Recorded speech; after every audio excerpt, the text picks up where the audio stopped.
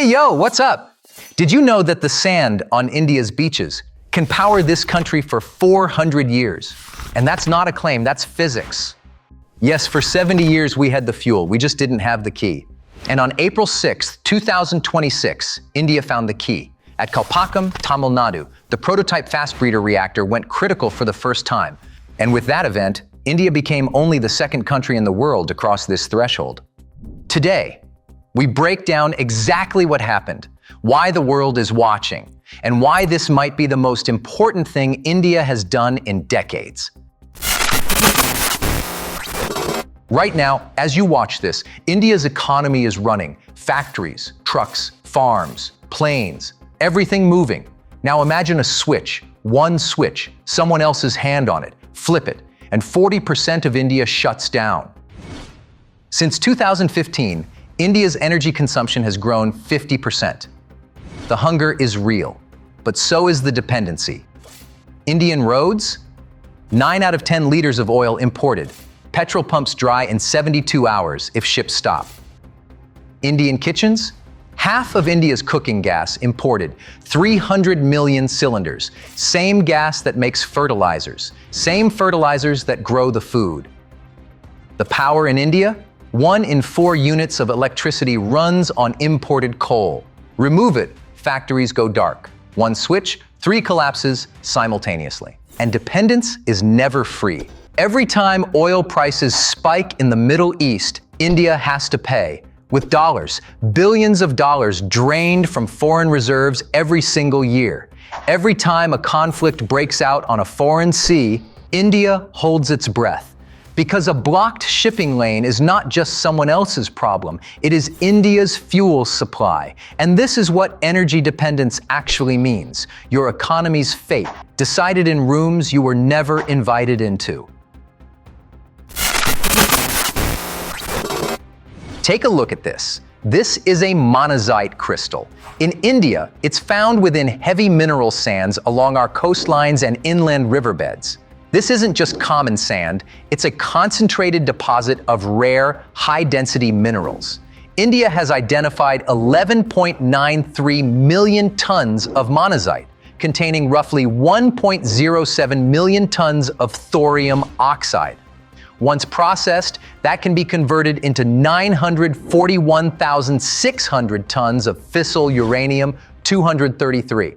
To give you some perspective, that is equivalent to approximately 3.3 trillion tons of coal.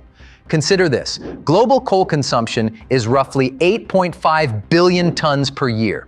This single reserve of U-233 could theoretically power every coal-fired plant on Earth for nearly 4 centuries.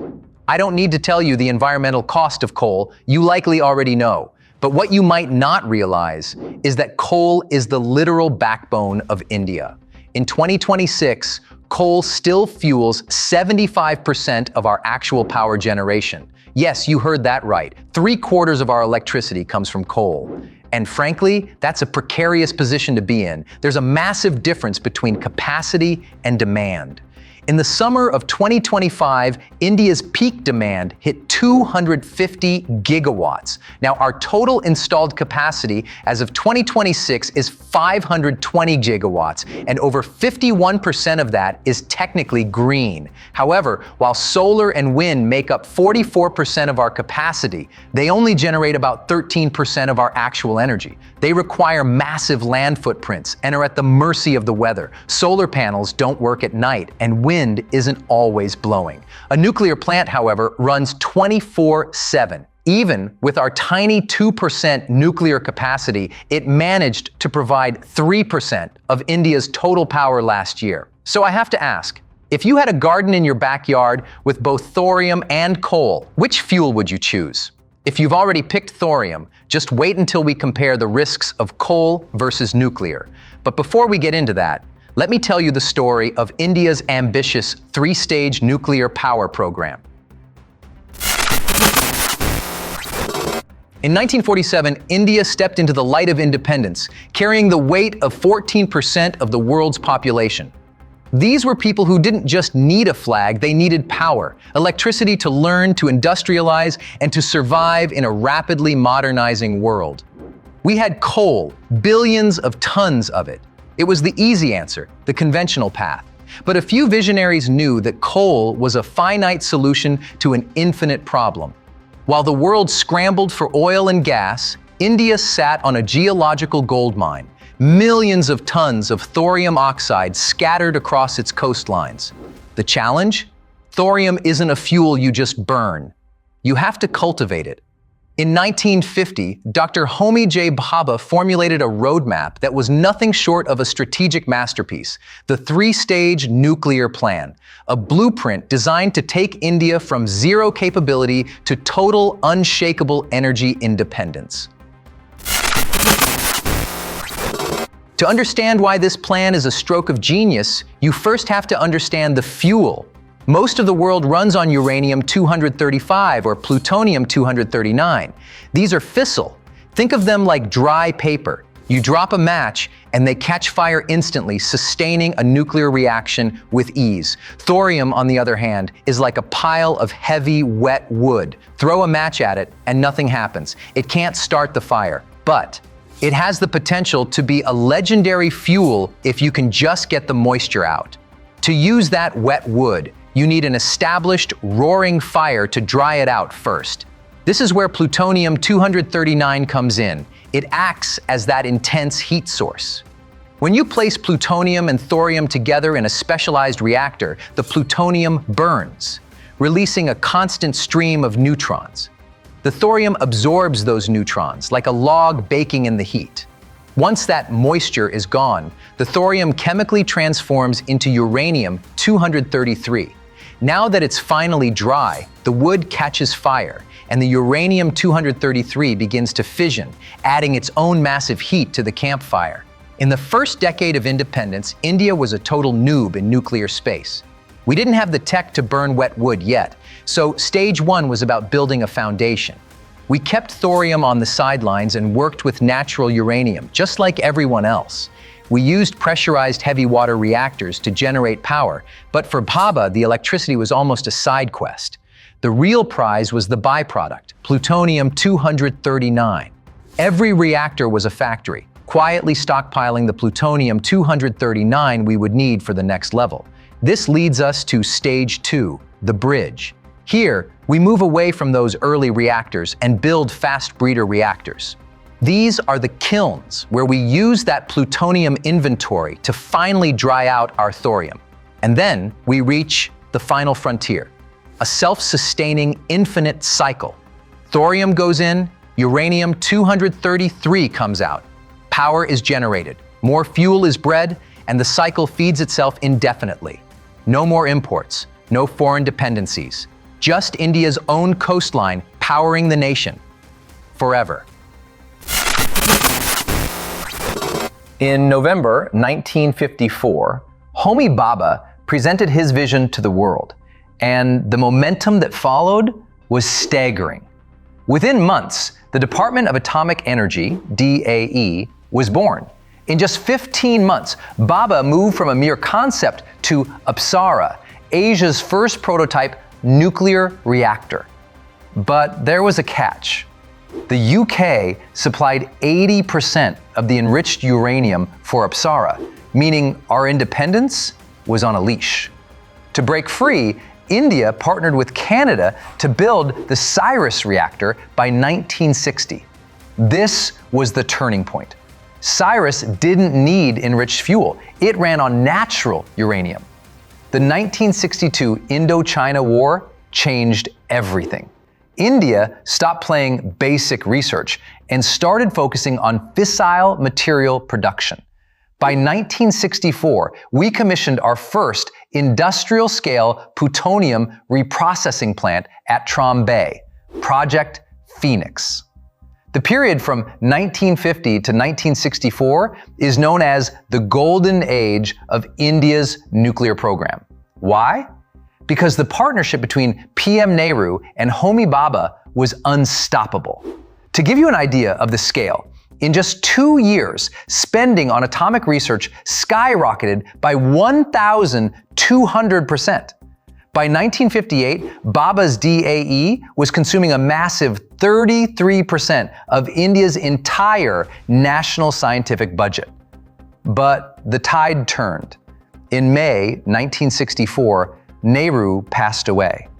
Lal Bahadur Shastri took command, keeping the momentum alive, but in January 1966, he too passed away under mysterious circumstances. But that was not it.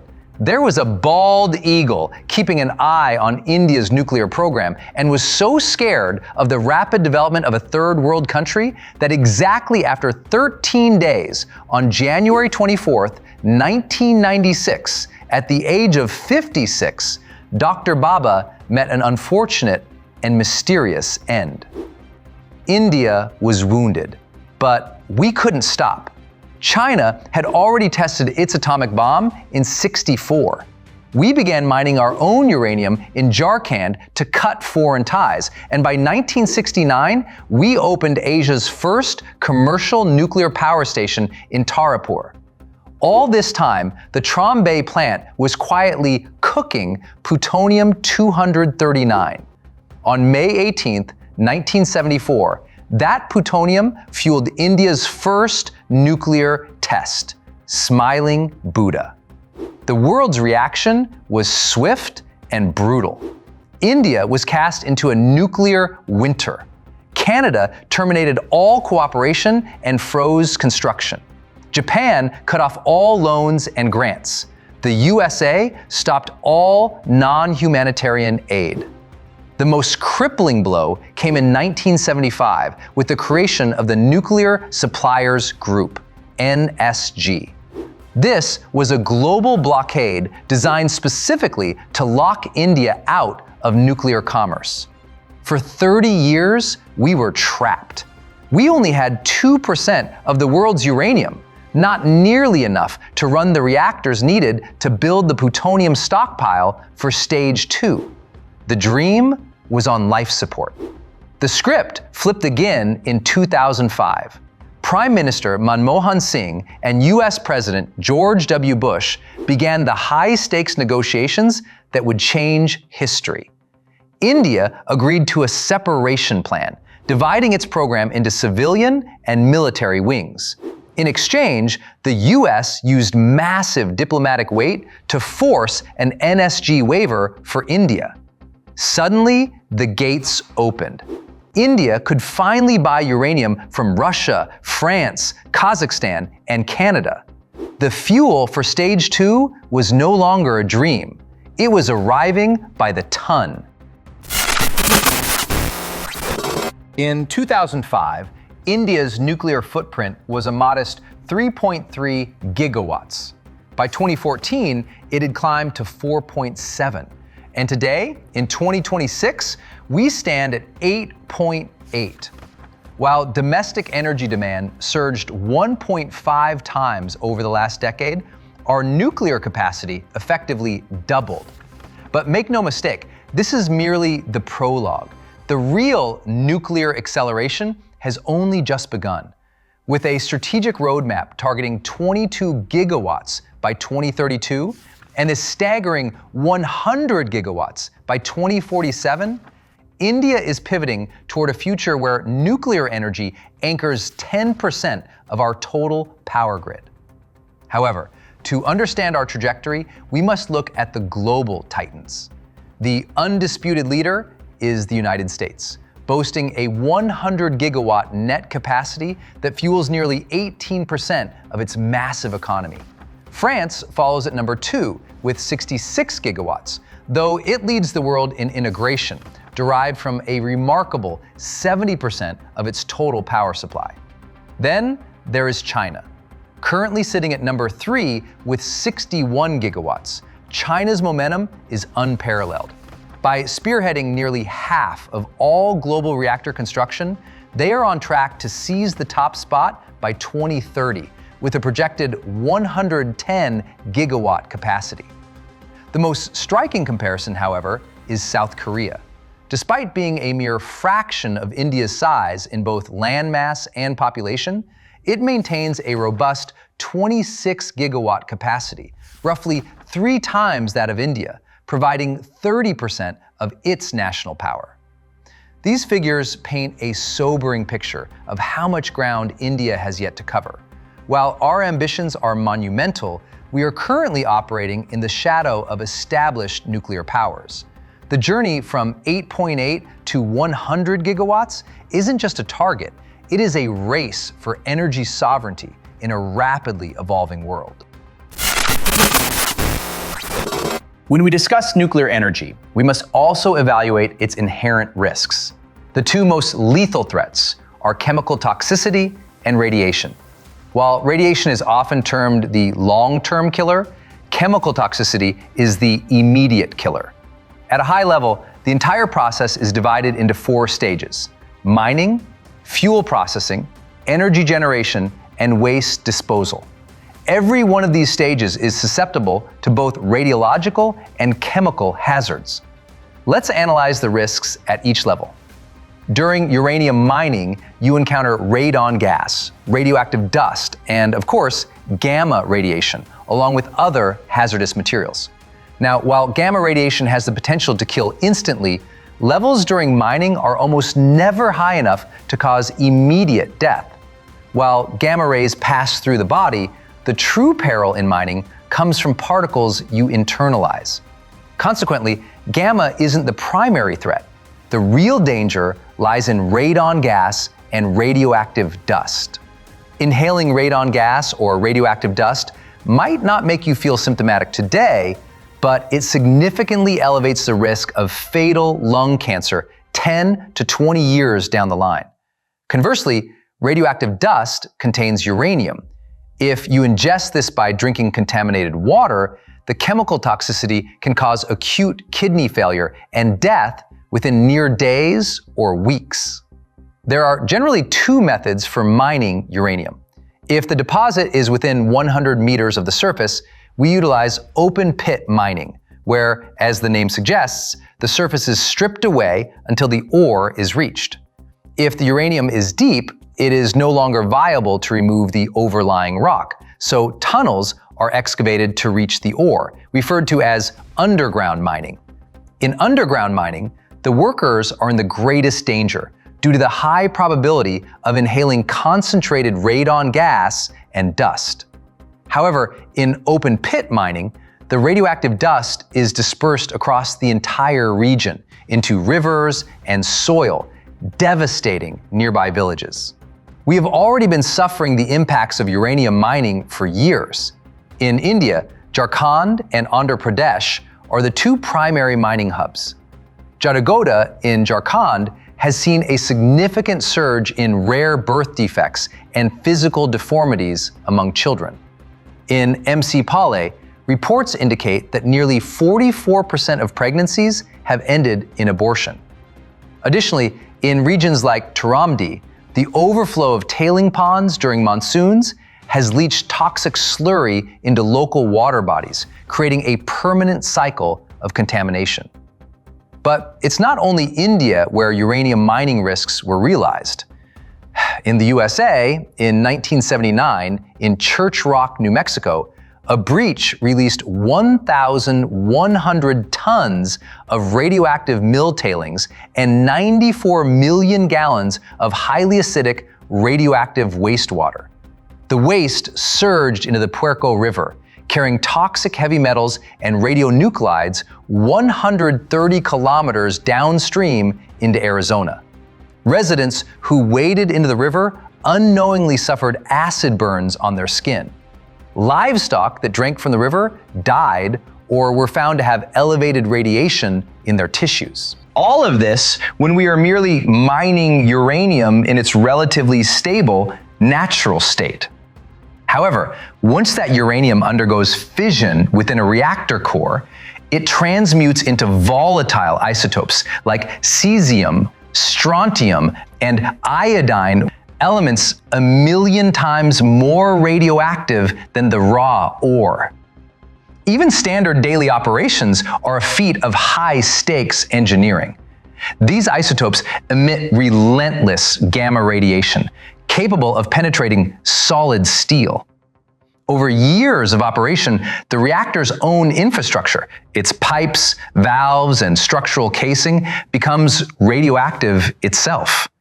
Maintaining such hot infrastructure is an immense specialized burden.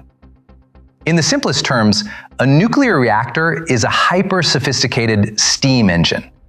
The core's singular purpose is to generate thermal energy, which produces the high-pressure, dry steam required to spin massive turbines. But there is a terrifying catch. You can never truly turn off that heat. Even after the fission chain reaction is halted, the radioactive byproducts continue to generate intense decay heat. If you lose the ability to cool that core, the thermal energy builds exponentially, leading to a structural meltdown and ultimately a catastrophe. The most haunting testament to this unstoppable heat is Chernobyl. Unlike a slow, localized meltdown, Chernobyl was a violent, instantaneous fracture of physics. On April 26, 1986, a flawed reactor design collided with a series of human errors, triggering a massive power surge that didn't just melt the core, it vaporized it, blowing the 1,000-ton steel upper shield clean off the building. The fallout was a continental siege. Roughly 150,000 square kilometers across Belarus, Russia, and Ukraine were blanketed in radioactive debris. To this day, a 2,600 square kilometer exclusion zone remains a ghost world, an area twice the size of Delhi where human habitation is strictly forbidden. The scars are as much economic as they are environmental. Belarus lost approximately 20% of its prime agricultural land, while Ukraine saw 8.4 million hectares of soil rendered unusable. This financial hemorrhage was so immense, it significantly accelerated the eventual collapse of the Soviet Union. For decades, Belarus and Ukraine were forced to divert between 5% and 22% of their total national budgets toward Chernobyl-related social benefits and ongoing containment, a permanent tax on a disaster that occurred nearly half a century ago. So we've seen the dark side of the atom. We've seen the scars in Jadugoda and the ghost towns of Chernobyl. It's easy to look at those images and want to walk away from nuclear forever. But here's the twist. What if we could have the power without the 100,000-year curse? What if the wet wood we talked about earlier wasn't just harder to burn, but fundamentally safer to handle? Enter thorium. For decades, the world chose uranium because it was a dual-use fuel. It gave you electricity, but it also gave you plutonium for bombs. India, however, is building a future on a fuel that is practically useless for weapons, but a miracle for energy. If uranium is a temperamental furnace, thorium is a slow-burning hearth. In a traditional uranium reactor, you are fighting a constant battle to keep the core from melting down. But thorium reactors, specifically liquid fluoride designs, are walk-away safe. If the power goes out, if the pumps fail, a literal freeze plug melts and the fuel simply drains into an underground tank where it cools naturally. No explosion, no exclusion zone, just physics doing its job. And then there is the waste, the forever debt. Uranium waste is a nightmare that stays lethal for 100 millennia. Thorium waste? Its radiotoxicity drops to safe levels in just 300 to 500 years. That is the difference between guarding a tomb for the rest of human history and managing a site for a few centuries. This is why April 6th, 2026 matters. When that prototype fast breeder reactor at Kalpakkam went critical, it wasn't just a technical achievement. It was the moment India finally put the key in the lock of the third stage. We are moving toward a world where our energy isn't buried in the deserts of the Middle East or shipped in from the mines of Australia. It's right there, in the monazite sands of our own beaches. Think about that single switch we discussed at the start. For 70 years, that switch was in a room we weren't invited into. But as we transition from the kilns of stage 2 to the infinite cycle of stage 3, the hand on that switch changes. It becomes our hand. Energy independence isn't just about having power, it's about having sovereignty. It's about a 100 gigawatt future where the lights of a village in Bihar or a factory in Tamil Nadu aren't dependent on the price of oil in a foreign sea. The atomic debt of the past was heavy, but the thorium dividend of the future, that is how India powers the next 4 centuries. The sand is under our feet. The technology is in our hands. And for the first time in history, the fire is finally ours to command.